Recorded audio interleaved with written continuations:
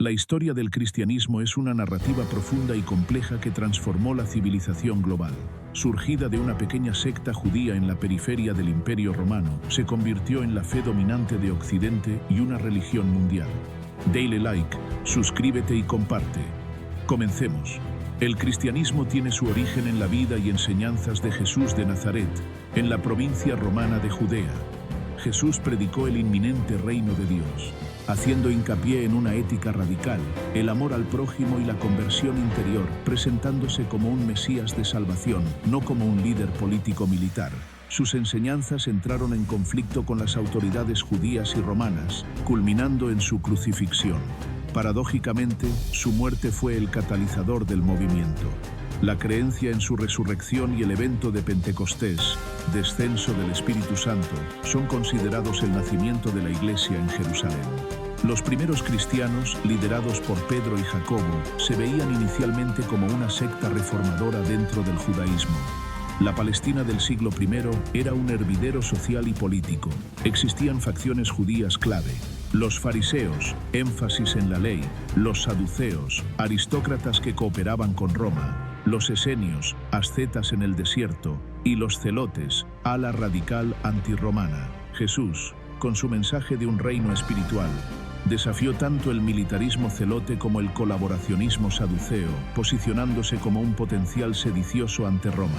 La posterior destrucción del templo en el año 70 después de Cristo consolidó la separación entre el judaísmo, fariseísmo rabínico, y el naciente cristianismo. La expansión del cristianismo más allá de los límites étnicos judíos se debe, en gran medida, a Pablo de Tarso.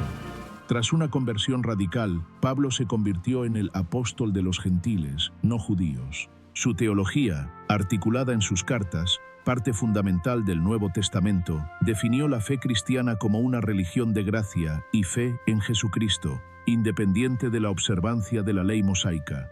El Concilio de Jerusalén, aproximadamente en el año 50 después de Cristo, fue decisivo. Los líderes apostólicos decidieron eximir a los conversos gentiles de la mayoría de los requisitos de la ley judía, liberando al cristianismo para su expansión global. Pablo emprendió múltiples viajes misioneros, estableciendo comunidades en Asia Menor, Grecia y Roma. Durante los primeros 3 siglos, el cristianismo fue una minoría perseguida. Su estricto monoteísmo y la negativa a participar en el culto imperial, adoración al emperador, eran vistos como una amenaza al orden social romano.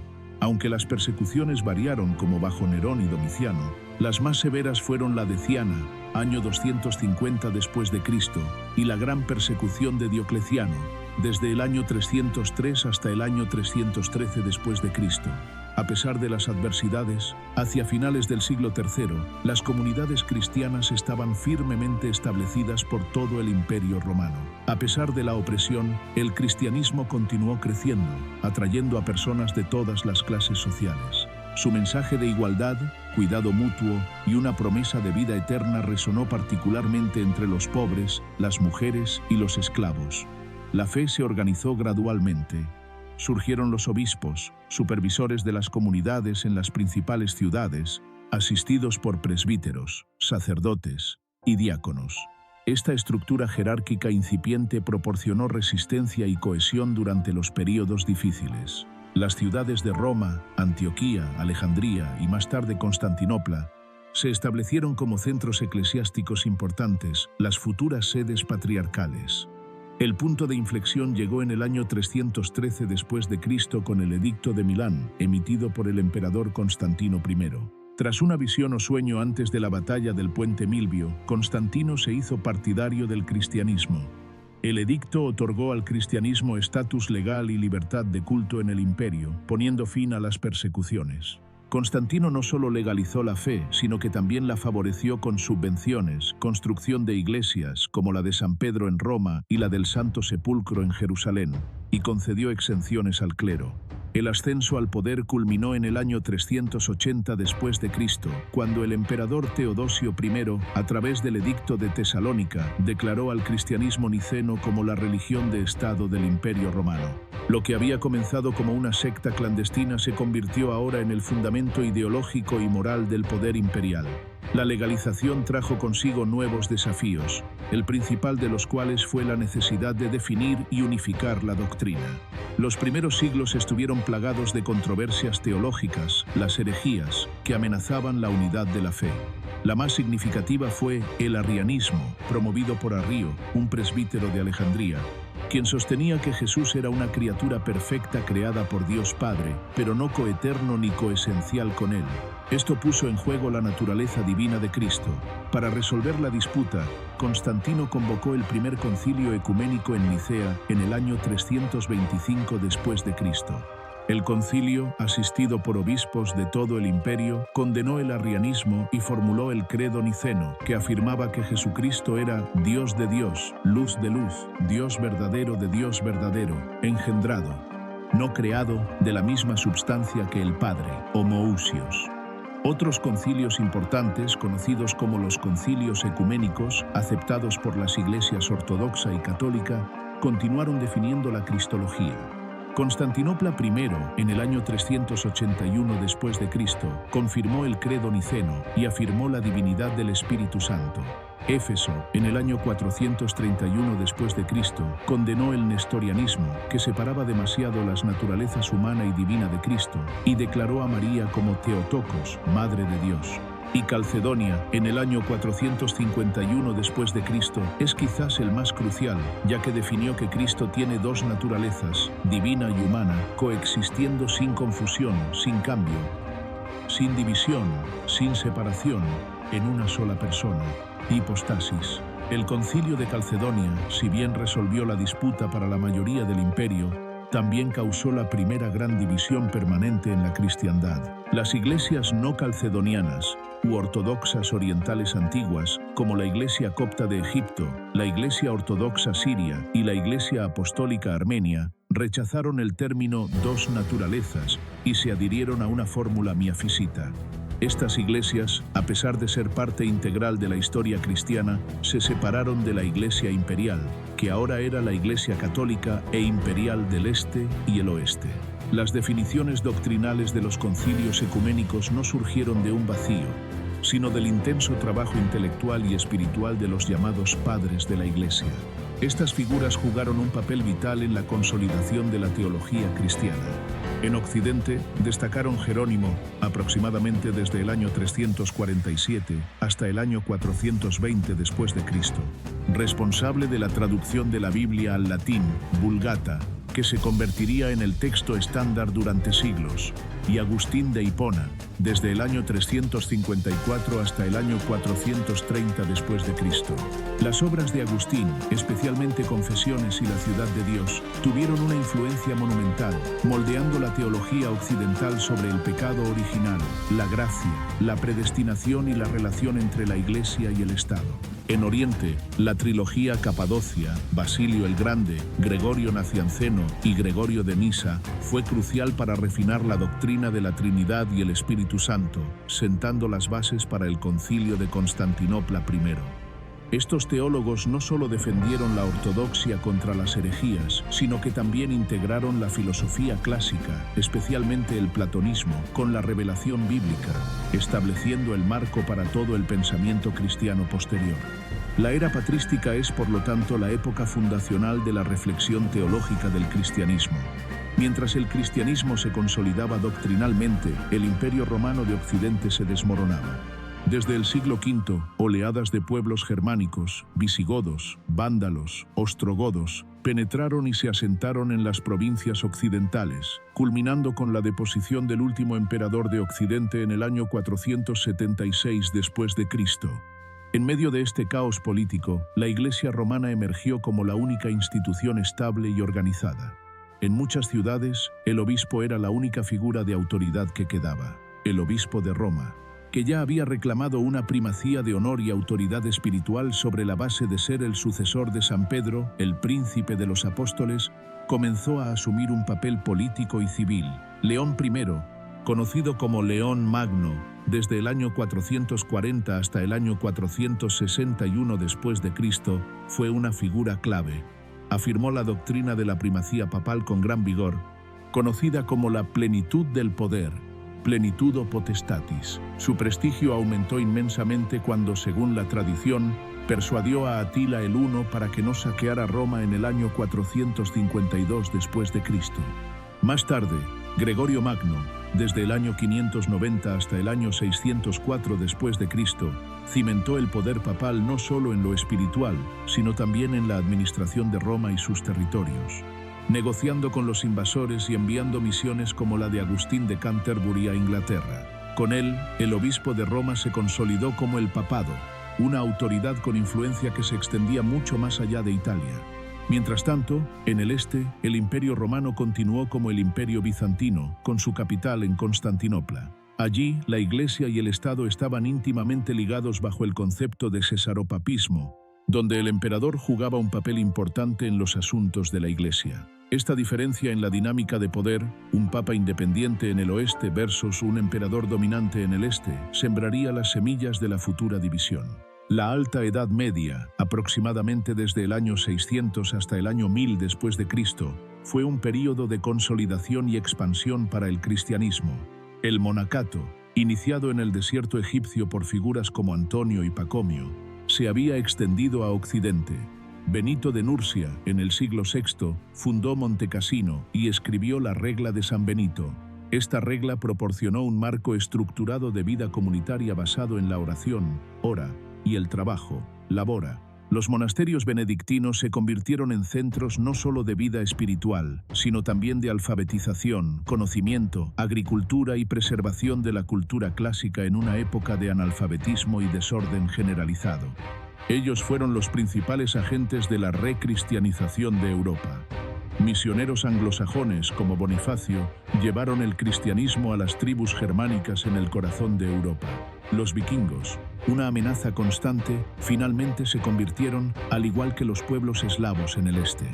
A partir del siglo VII, el surgimiento del Islam y su rápida expansión alteró permanentemente el mapa cristiano. Las antiguas sedes patriarcales de Alejandría, Antioquía y Jerusalén cayeron bajo el dominio musulmán, dejando a Roma y Constantinopla como los principales centros de la cristiandad. El cristianismo se convirtió en una fe minoritaria pero tolerada en gran parte del Medio Oriente y el norte de África, aunque enfrentó presiones y restricciones crecientes con el tiempo. El conflicto y la interacción con el Islam dominarían gran parte de la historia posterior.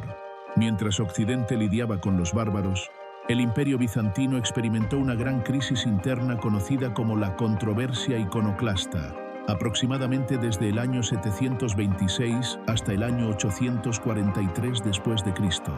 El debate se centró en la legitimidad y el uso de los iconos, imágenes sagradas de Cristo, María y los santos, en el culto. Los iconoclastas, destructores de imágenes, liderados por varios emperadores, argumentaban que la veneración de iconos era idolatría, influenciados quizás por el judaísmo y el naciente Islam, religiones anicónicas. Los iconódulos, veneradores de imágenes, defendidos por figuras como Juan Damasceno, sostenían que el uso de iconos era teológicamente sólido, basándose en la encarnación de Cristo. Dios se hizo visible en Jesús, por lo tanto, puede ser representado. El Segundo Concilio de Nicea, en el año 787 después de Cristo, falló a favor de los iconódulos, distinguiendo entre la latría, adoración, que solo se debe a Dios, y la veneración o prosquinesis, respeto, que se otorga a la imagen en relación con el santo representado. Aunque la controversia se reavivó y solo terminó formalmente en el año 843 después de Cristo, el triunfo de la ortodoxia, este conflicto no solo tuvo implicaciones teológicas, sino que también debilitó la autoridad imperial y acentuó las diferencias con Roma, donde los papas se opusieron consistentemente a la iconoclasia imperial. Las diferencias culturales, lingüísticas, teológicas y políticas entre la Iglesia de Roma, latina, occidental, y la Iglesia de Constantinopla, griega, oriental, se habían acumulado durante siglos. Las diferencias clave incluyen que el occidente usaba el latín y estaba impregnado de la cultura germano-romana, mientras que el oriente usaba el griego y se basaba en la tradición bizantina. Teológicamente, el occidente tendía a enfocarse más en la legalidad y la justificación, influencia de Agustín, mientras que el oriente se enfocaba más en la teosis, divinización, y el misticismo. La adición occidental al credo niceno de la frase filioque y del Hijo para describir la procesión del Espíritu Santo fue rechazada por Oriente, que insistía en la fórmula original, que el Espíritu Santo procede solo del Padre. Y finalmente, el Papa en Roma exigía una primacía universal de jurisdicción sobre toda la Iglesia, a diferencia del patriarca de Constantinopla y los demás patriarcas orientales que solo le reconocían una primacía de honor, considerándolo el primero entre iguales, primus inter pares. La culminación de estas tensiones fue el Gran Cisma del año 1054. Tras un fallido intento de reconciliación, el delegado papal, el cardenal Humberto, excomulgó al patriarca Miguel Cerulario en Constantinopla. Cerulario, a su vez, excomulgó a los legados papales. Aunque inicialmente el evento no fue visto como definitivo, la excomunión mutua, junto con eventos posteriores como las cruzadas, especialmente el saqueo de Constantinopla por los cruzados latinos en el año 1204, solidificó la división, creando formalmente la Iglesia Católica Romana en el oeste y las iglesias ortodoxas orientales en el este. La Baja Edad Media, aproximadamente desde el año 1000 hasta el año 1500 después de Cristo, vio al papado alcanzar la cima de su poder temporal y espiritual. Papas como Inocencio III, desde el año 1198 hasta el año 1216 después de Cristo, se consideraban a sí mismos no solo como el vicario de Pedro, sino como el vicario de Cristo, con autoridad sobre reyes y emperadores. Este período también fue testigo del florecimiento de la teología y el escolasticismo, con figuras como Tomás de Aquino, que intentó sintetizar la fe cristiana con la filosofía de Aristóteles. Dale like, suscríbete y comparte. Las cruzadas comenzaron cuando el Papa Urbano II convocó la primera cruzada en el año 1095 para liberar los santos lugares de Tierra Santa del control musulmán. Las cruzadas fueron una serie de campañas militares que combinaron fervor religioso, ambición política y, a veces, avaricia económica. Aunque las cruzadas lograron establecer reinos latinos temporales, su legado es complejo y a menudo violento, tensando permanentemente las relaciones con el mundo islámico y, después del año 1204, con la Iglesia Ortodoxa. A finales de la Edad Media, la Iglesia Occidental sufrió una serie de crisis. La peste negra diezmó la población y generó profundas preguntas teológicas. El cisma de Occidente, desde el año 1378 hasta el año 1417 después de Cristo, vio a la Iglesia dividida con hasta 3 papas rivales al mismo tiempo, lo que minó gravemente la autoridad y la credibilidad del papado. Estos problemas internos crearon un deseo generalizado de reforma que, sin embargo, la jerarquía no pudo satisfacer. El apogeo intelectual de la Baja Edad Media se centró en las universidades emergentes, París, Bolonia, Oxford, donde floreció el escolasticismo. Este método, caracterizado por la síntesis lógica y dialéctica, buscaba reconciliar la fe cristiana con la razón. Tomás de Aquino, desde el año 1225 hasta el año 1274 después de Cristo, es su figura cumbre. En su obra maestra, la Summa Theologiae, utilizó la filosofía aristotélica, redescubierta a través de fuentes árabes, para estructurar y defender la doctrina cristiana. Sus 5 vías para probar la existencia de Dios y su distinción entre fe y razón siguen siendo fundamentales en la teología católica. Paralelamente al escolasticismo, surgieron las órdenes mendicantes, frailes, un contraste con los monjes benedictinos que permanecían en sus monasterios, liderados por San Francisco de Asís, franciscanos, y Santo Domingo de Guzmán, dominicos. Estos frailes renunciaron a la propiedad personal, vivieron de la limosna, mendicante, y se dedicaron a la predicación itinerante y al servicio en las ciudades. Los dominicos se destacaron por su celo intelectual y jugaron un papel crucial en las universidades y en la Inquisición, mientras que los franciscanos se enfocaron en la pobreza radical y la imitación de Cristo. Su aparición dinamizó la vida religiosa y proporcionó a la Iglesia una fuerza apostólica móvil para combatir la herejía y servir a la población urbana en crecimiento. El Renacimiento trajo consigo un renovado interés en la antigüedad clásica y un nuevo enfoque en el humanismo. La invención de la imprenta por Johannes Gutenberg alrededor del año 1440 después de Cristo fue una revolución tecnológica que permitiría la difusión de ideas, incluida la Biblia, a una escala sin precedentes. El clamor por la reforma estalló en el año 1517 con Martín Lutero, un monje y profesor alemán. Lutero, profundamente preocupado por la venta de indulgencias y la teología de la salvación de la Iglesia Católica, clavó sus 95 tesis en la puerta de la iglesia de Wittenberg. Su teología se basó en los principios de sola scriptura, solo la Escritura, afirmando que la Biblia es la única fuente infalible de autoridad religiosa. Sola fide, solo la fe, indicando que la salvación es obtenida solo por la fe en Jesucristo, no por las buenas obras o los méritos. Y sola gratia, solo la gracia, declarando que la salvación es un don inmerecido de Dios. La rápida difusión de las ideas de Lutero, facilitada por la imprenta, desencadenó la Reforma protestante, que dividió permanentemente la cristiandad occidental. Otros reformadores claves surgieron, como Ulrico Zwinglio en Zúrich, Juan Calvino en Ginebra, cuya teología de la soberanía de Dios y la predestinación se convirtió en la base de las iglesias reformadas y presbiterianas, y Enrique VIII en Inglaterra, quien por razones más políticas, anulación matrimonial, se separó de Roma y estableció la Iglesia de Inglaterra anglicana, que adoptó gradualmente elementos de la Reforma. También estaban los anabaptistas o bautistas radicales, que insistían en el bautismo de adultos y la separación radical de Iglesia y Estado. La Iglesia Católica respondió con lo que se conoce como la Contrarreforma o Reforma Católica.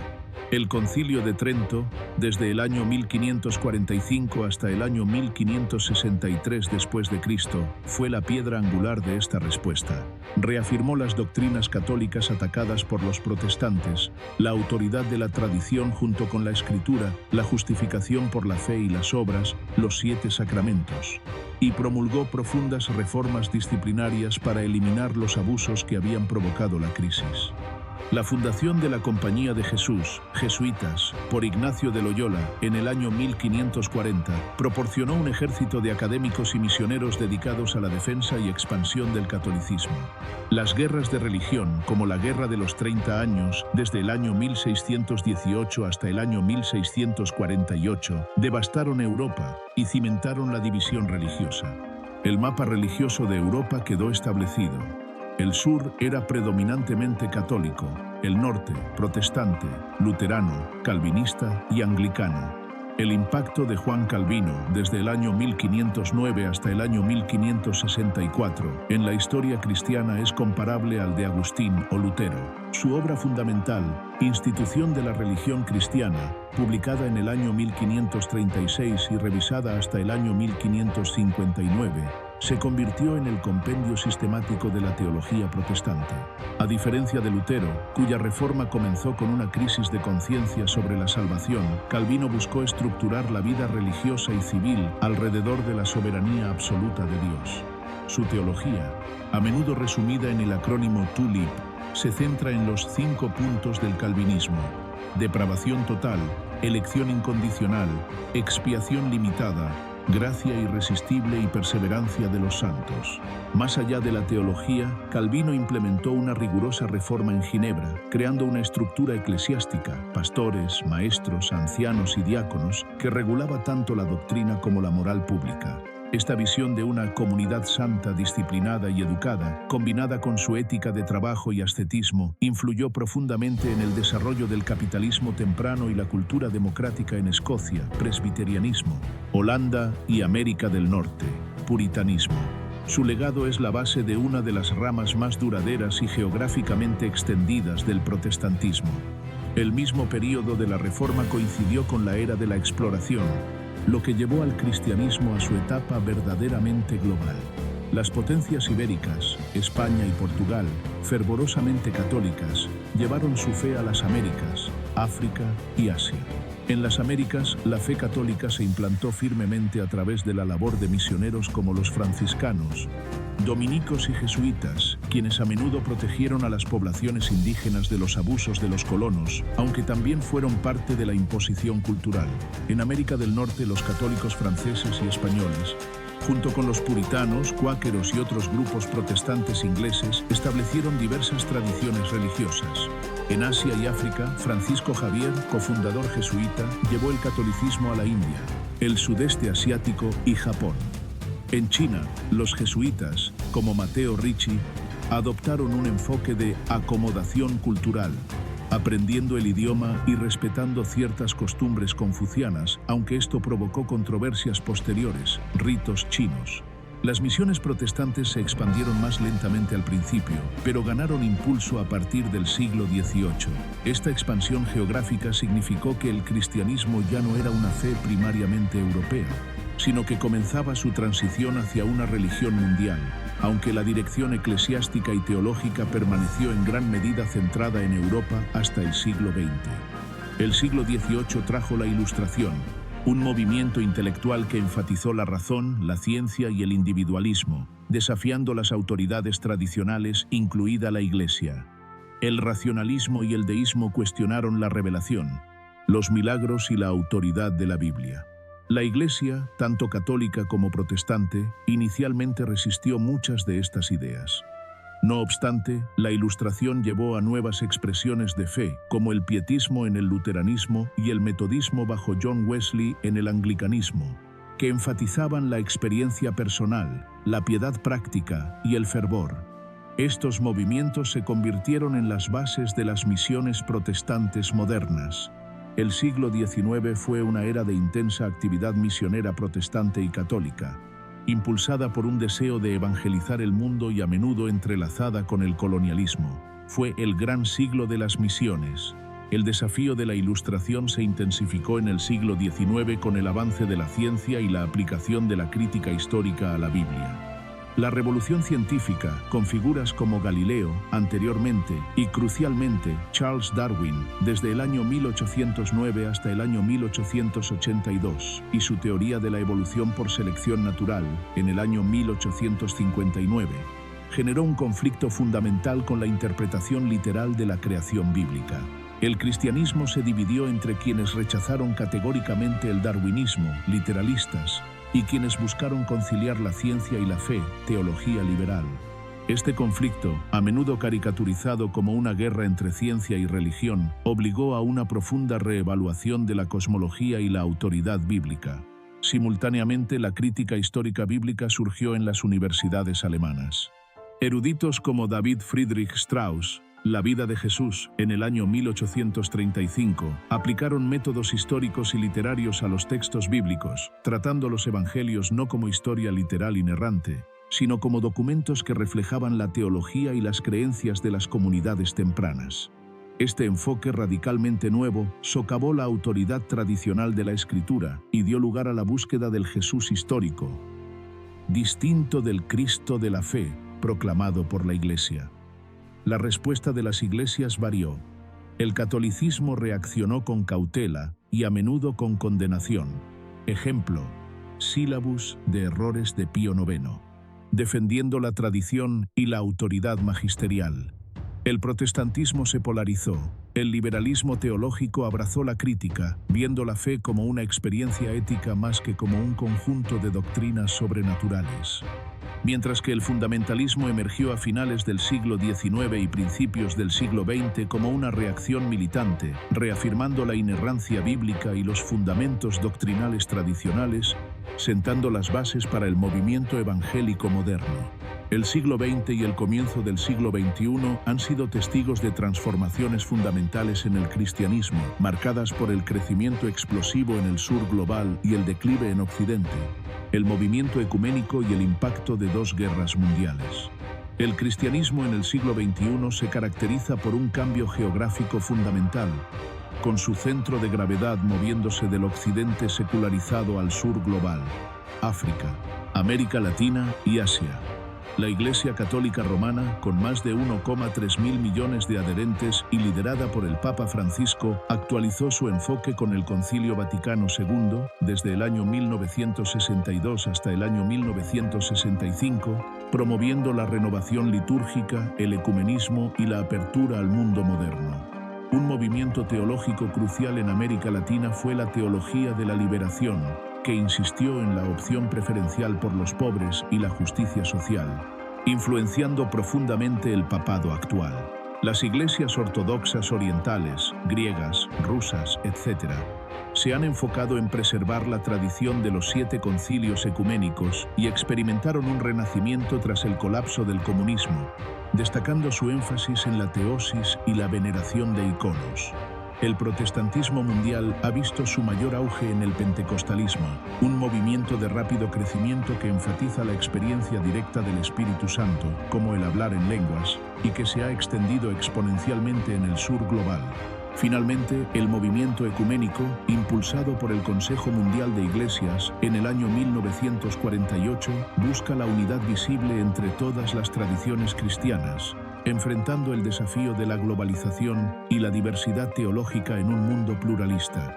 El cristianismo en el siglo XXI enfrenta el desafío del pluralismo y la globalización, sin un centro único, como evidencia la gran diversidad entre creyentes de Lagos, Seúl o París. Un reto principal es la secularización en el norte global, donde las iglesias históricas debaten entre posturas liberales o la reafirmación doctrinal para mantener su relevancia. En contraste, el sur global es demográficamente vibrante, culturalmente conservador e influyente, redefiniendo el dogma.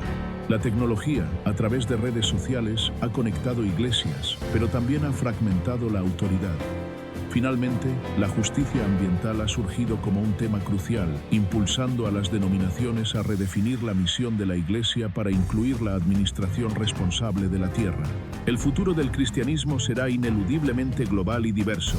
Dale like, suscríbete y comparte. Hasta la próxima.